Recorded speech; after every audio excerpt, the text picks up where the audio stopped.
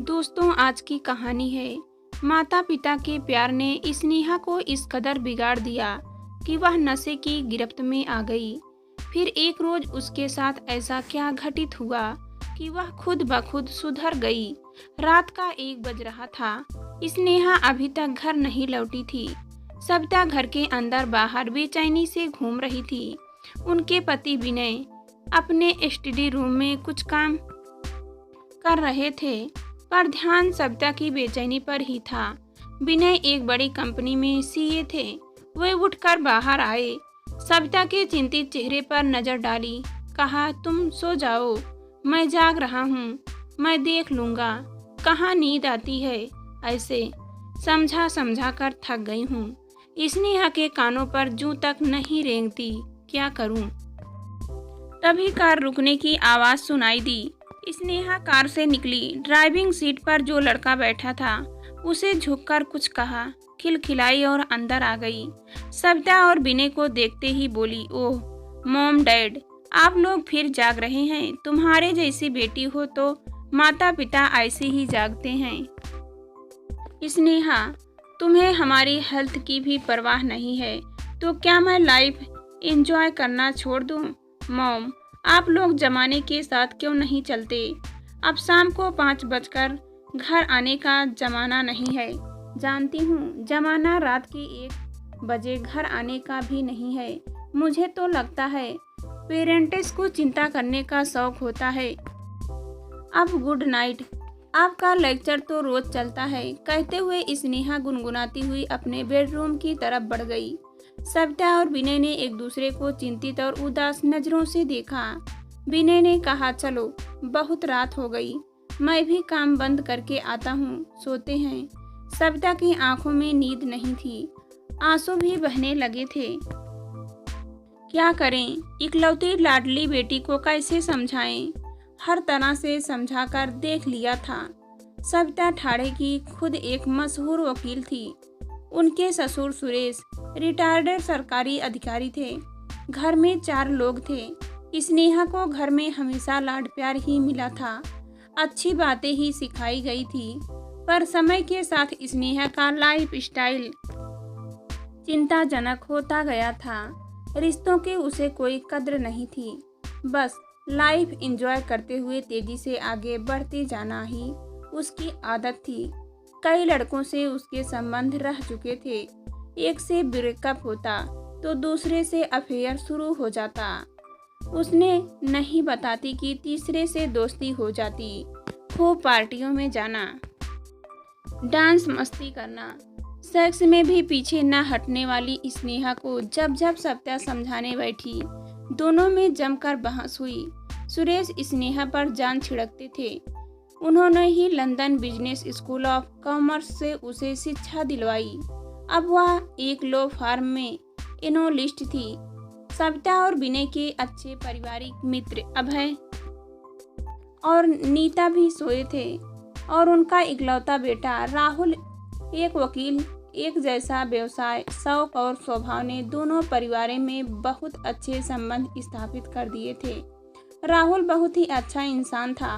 वह मन ही मन स्नेहा को बहुत प्यार करता था, पर स्नेहा को राहुल की याद आती थी जब उसे कोई काम होता था या उसे कोई परेशानी खड़ी हो जाती थी। स्नेहा के एक फोन पर सब काम छोड़कर राहुल उसके पास होता था। सविता और विनय की दिली इच्छा थी कि स्नेहा और राहुल का विवाह हो जाए, पर अपनी बेटी की ये हरकतें देखकर उनकी कभी हिम्मत ही नहीं हुई थी वो इस बारे में राहुल से बात भी करे, क्योंकि स्नेहा के रंग ढंग राहुल से छिपे नहीं थे।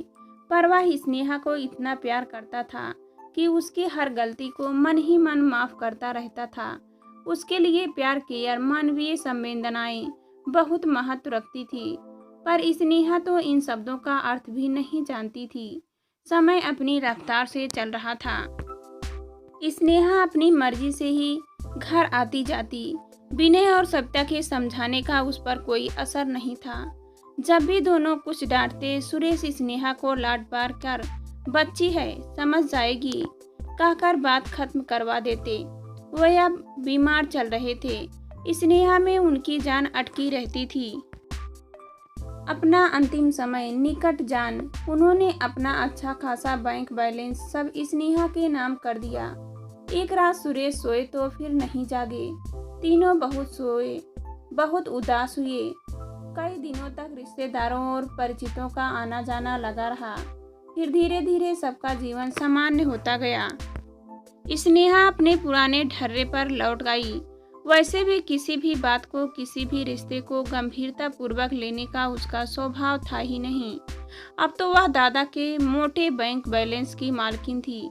इतना खुला पैसा हाथ में आते ही वह अब और आसमान में उड़ रही थी। सबसे पहले उसने माता पिता को बिना बताए एक कार खरीद ली। सविता ने कहा, अभी से क्यों खरीद ली, हमें बताया भी नहीं। मॉम, मुझे मेरी मर्जी से जीने दो, मैं लाइफ एंजॉय करना चाहती हूँ। रात में मुझे कभी कोई छेड़ता है, कभी कोई। अब मैं किसी पर डिपेंड नहीं करूँगी। दादाजी मेरे लिए इतना पैसा छोड़ गए हैं, मैं क्यों अपनी मर्जी से ना जीऊँ। विनय ने कहा, बेटा अभी तुम्हें ड्राइविंग सीखने में टाइम लगेगा, पहले मेरे साथ कुछ प्रैक्टिस कर लेती। अब खरीद भी ले ली है तो प्रैक्टिस भी हो जाएगी। ड्राइविंग लाइसेंस भी बन गया है। आप लोग रिलैक्स करना सीख ले प्लीज। अब तो रात में लौटने का स्नेहा का टाइम ही नहीं था। कभी भी आती, कभी भी जाती। सविता ने देखा था वह गाड़ी बहुत तेज चलाती है। उसे टोका, गाड़ी की स्पीड कम रखा करो। मुंबई का ट्रैफिक और तुम्हारी स्पीड बहुत ध्यान रखना चाहिए। Mom, I love speed. मैं यंग हूँ, तेजी से आगे बढ़ने में मुझे मज़ा आता है। पर तुम मना करने के बाद भी पार्टीज में ड्रिंक करने लगी हो। मैं तुम्हें समझाकर थक चुकी हूँ। ड्रिंक करके ड्राइविंग करना कहाँ की समझदारी है। किसी दिन मॉम, मैं भी थक गई हूँ आपकी बातें सुनते सुनते। जब कुछ होगा देखा जाएगा। पैर पलटते हुए स्नेहा कार की चाबी उठाकर घर से निकल गई। सविता सिर पकड़कर बैठ गई। बेटी की हरकतें देख वह बहुत तनाव में रहने लगी थी। समझ नहीं आ रहा था बेटी को कैसे सही रास्ते पर लाएं। एक दिन फिर स्नेहा ने किसी पार्टी में खूब शराब पी। अपने नए बॉयफ्रेंड विक्की के साथ खूब डांस किया। फिर विक्की को उसके घर छोड़ने के लिए लखड़ाते हुए ड्राइविंग सीट पर बैठी तो विक्की ने पूछा, तुम कार चला पाओगी या मैं चलाऊं? डोंट वरी, मुझे आदत है। स्नेहा नशे में डूबी गाड़ी भगाने लगी। न कोई चिंता, न कोई डर। अचानक उसने गाड़ी गलत दिशा में मोड़ ली और सामने से आती कार को भयंकर टक्कर मार दी। तेज चीखों के साथ दोनों कारें रुकी। दूसरी कार में पति ड्राइविंग सीट पर था, पत्नी बराबर में और बच्चा पीछे। चोटें स्नेहा को भी लगी थी। विक्की हक्का बक्का सर कार के नीचे उतरा। उसने स्नेहा को सहारा देकर उतारा। स्नेहा के सिर से खून बह रहा था। दोनों किसी तरह दूसरे कार के पास पहुंचे तो स्नेहा की चीख से वातावरण गूंज उठा। विक्की ने भी ध्यान से देखा तो तीनों खून से लथपथ थे। पुरुष शायद जीवित ही नहीं रहा था। विक्की चिल्लाया, स्नेहा, शायद कोई नहीं बचा है। पुलिस केस हो जाएगा। स्नेहा का सारा नशा उतर चुका था, रोने लगी। Vicky, please help me. क्यों करें? सॉरी स्नेहा, मैं कुछ नहीं कर पाऊंगा। प्लीज कोशिश करना मेरा नाम ही ना आए। मेरे डैड बहुत नाराज होंगे। सॉरी, मैं जा रहा हूँ। क्या? स्नेहा को जैसे तेज झटका लगा। तुम रात में इस तरह मुझे छोड़कर जा रहे हो? विक्की बिना जवाब दिए एक और भागता चला गया। सुनसान रात में अकेली घायल खड़ी स्नेहा को हमेशा की तरह एक ही नाम याद आया, राहुल। उसने फौरन राहुल को फोन मिलाया। हमेशा की तरह राहुल कुछ ही देर में उसके पास था। स्नेहा राहुल को देखते ही जोर जोर से रो पड़ी। स्नेहा डरी हुई, घबराई हुई चुप ही नहीं हो रही थी। राहुल ने उसे गले लगाकर तसल्ली दी। मैं कुछ करता हूँ, मैं हूँ ना। तुम पहले हॉस्पिटल चलो, तुम्हें काफ़ी चोट लगी है। लेकिन उसने पहले भी कुछ ज़रूरी फ़ोन कर लूँ कहा। उसने अपने एक पुलिस इंस्पेक्टर दोस्त राजीव और एक डॉक्टर दोस्त अनिल को फ़ोन कर तुरंत आने के लिए कहा। अनिल ने आकर उन 3 लोगों का मुआयना किया। तीनों की मृत्यु हो चुकी थी। सब सिर पकड़कर बैठ गए। स्नेहा सदमे में थी। उस पर केस तो दर्ज हो ही चुका था, उसे काफ़ी चोटें थी, तो पहले तो उसे एडमिट किया गया। सरिता और विनय भी पहुंच चुके थे। स्नेहा माता पिता से नजरें ही नहीं मिला पा रही थी। कई दिन पुलिस, कोर्ट कचहरी, मानसिक और शारीरिक तनाव से स्नेहा बिल्कुल टूट चुकी थी। उसकी जिंदगी जैसे एक पल में ही बदल गई थी। हर समय सोच में डूबी रहती। उसके लाइफ स्टाइल के कारण 3 लोग असमंद ही दुनिया से जा चुके थे। विनय, सविता, राहुल और उसके मम्मी पापा अभय और नीता भी अपने स्नेह से उसके सामान्य जीवन की तरफ लाने की कोशिश कर रहे थे। अब उसे सही गलत का, अच्छे बुरे रिश्ते का, भावनाओं का, अपने माता पिता के स्नेह का, राहुल की दोस्ती और प्यार का एहसास हो चुका था। एक दिन जब विनय, सविता, अभय और नीता चारों उसके पास थे, बहुत सोच समझकर उसने अचानक सविता से अपना फोन मांगकर राहुल को फोन किया और आने के लिए कहा। हमेशा की तरह राहुल कुछ ही देर में उसके पास था। स्नेहा ने उठकर बैठते हुए राहुल का हाथ अपने हाथ में लेते हुए कहा, इस बार तुम्हें किसी काम से नहीं, सबके सामने बस इतना कहने के लिए बुलाया है। I am sorry for everything. आप सब मुझे माफ कर दें।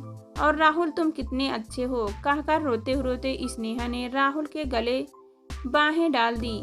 तो राहुल वहां उपस्थित चारों लोगों को देखकर पहले तो शर्मा गया, फिर हंसकर स्नेहा को अपनी बाहों के सुरक्षित घेरे में लेकर अपने माता पिता और विनय और सविता को देखा तो बहुत दिनों बाद सबके चेहरे पर एक मुस्कान दिखाई दी।